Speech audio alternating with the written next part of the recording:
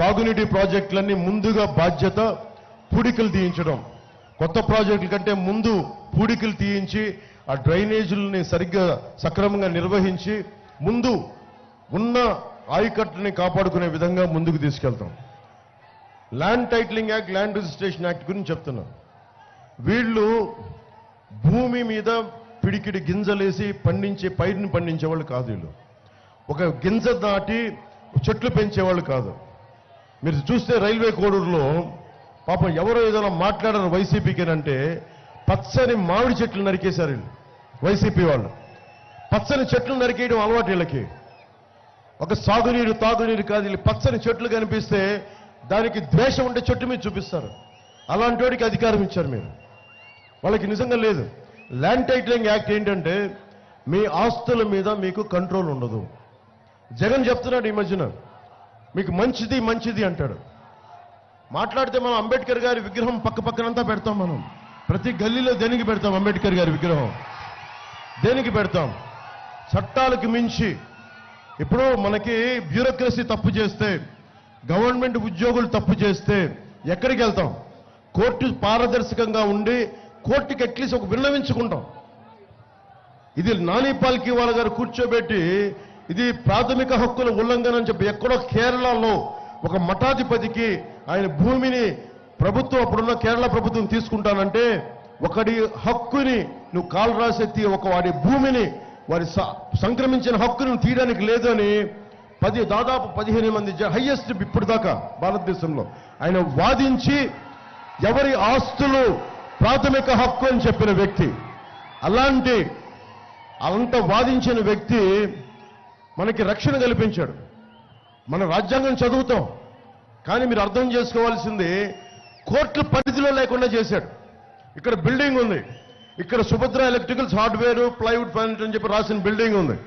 అలాగే ఇక్కడ కూర్చోబెట్టి పరమపద వాసిని శ్రీమతి తడవర్తి గారి బంగ్లా ఉంది, అక్కడ మురళీప్రియ కాంప్లెక్స్ ఉంది. అక్కడ కూర్చోబెట్టి ఇవన్నీ కాంప్లెక్స్లు ఉన్నాయి. వీటన్నిటికీ ఏముంటాయి? మనకి పత్రాలు ఉంటాయి, ఒరిజినల్ డాక్యుమెంట్స్ ఉంటాయి, స్టాంప్ పేపర్లు ఉంటాయి. ఈ స్టాంప్ పేపర్లు ఏం చేస్తారు? రేపు పొద్దున బిల్డింగ్ ఇంకో బిల్డింగ్ లేపుకోవాలి, ఇంకో ఫ్లోర్ లేపుకోవాలి, డబ్బులు లేవంటే కూర్చోబెట్టి ఏం చేస్తారు? వాళ్ళు కూర్చోబెట్టి బ్యాంకులకు వెళ్తారు. బ్యాంక్ ఏం అడుగుద్ది? మాకు ఒరిజినల్ డాక్యుమెంట్స్ ఇవ్వండి అని అడుగుద్ది. ఒరిజినల్ డాక్యుమెంట్స్ ఇస్తే అప్పుడు వాళ్ళు కావాల్సిన లోన్ ఇస్తారు. లేదంటే చిన్న ఇల్లు ఉంది, బిడ్డల్ని పై చదువులు చదివించుకోవాలంటే బ్యాంక్ వాళ్ళు ఏమంటారు? వడ్డీ వ్యాపారులు ఏమంటారు? ఫైనాన్షియల్స్ ఏమంటారు? మీ ఒరిజినల్ డాక్యుమెంట్స్ ఇవ్వంటారు. ఇప్పుడు మనకు ఒరిజినల్ డాక్యుమెంట్స్ ఇవ్వరంటారు. బిడ్డలకి మీరు పెళ్లిళ్ళు చేసి కట్నాలకి వచ్చే వాళ్ళకి మీరు ఆడబిడ్డలకి పసుపు కుంకాల కింద మీరు ఏమి ఇస్తారు? జెరాక్స్ పేపర్లు ఇస్తారా?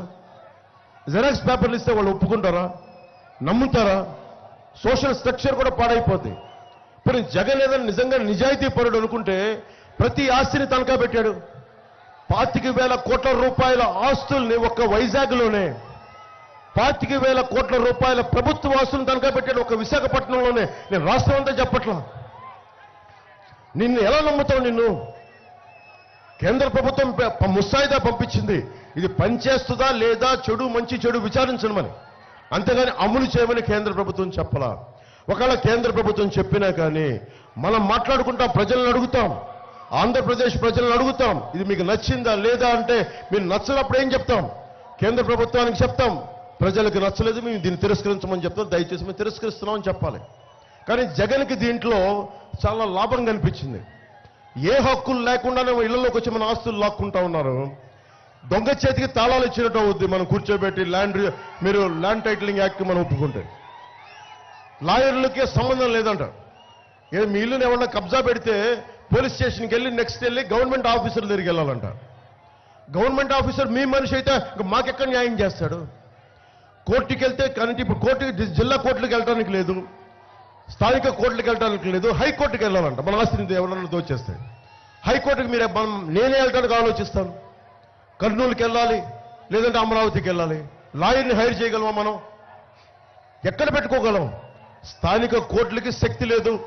ఈ బిల్డింగ్ని ఎవరన్నా దోచేస్తే ఇప్పుడు కబ్జా పెడితే మిథున్ రెడ్డి గారు, పెద్దారెడ్డి గారు మనుషులు, లేదంటే మోపిదేవి వెంకటరమణ గారు మనుషులు వచ్చి దాన్ని కబ్జా పెడితే దాని దిక్కు లేదు, ఎవరికి చెప్పుకుంటాం?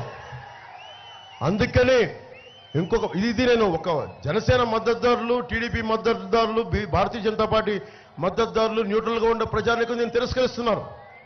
నేను వాళ్ళ కోసం చెప్పట్లా, వైసీపీకి ఓటేస్తున్న వాళ్ళకి చెప్తున్నా. మీరు గనుక వైసీపీకి ఓటేస్తే కొరివితో తలగొక్కున్నట్టే. మీ ఆస్తుల్ని మీరే గాల్లో దీపం పెట్టేట మీ ఆస్తుల్ని. అందుకని ఒకసారి ఆలోచించి మీరు ఓటేయండి.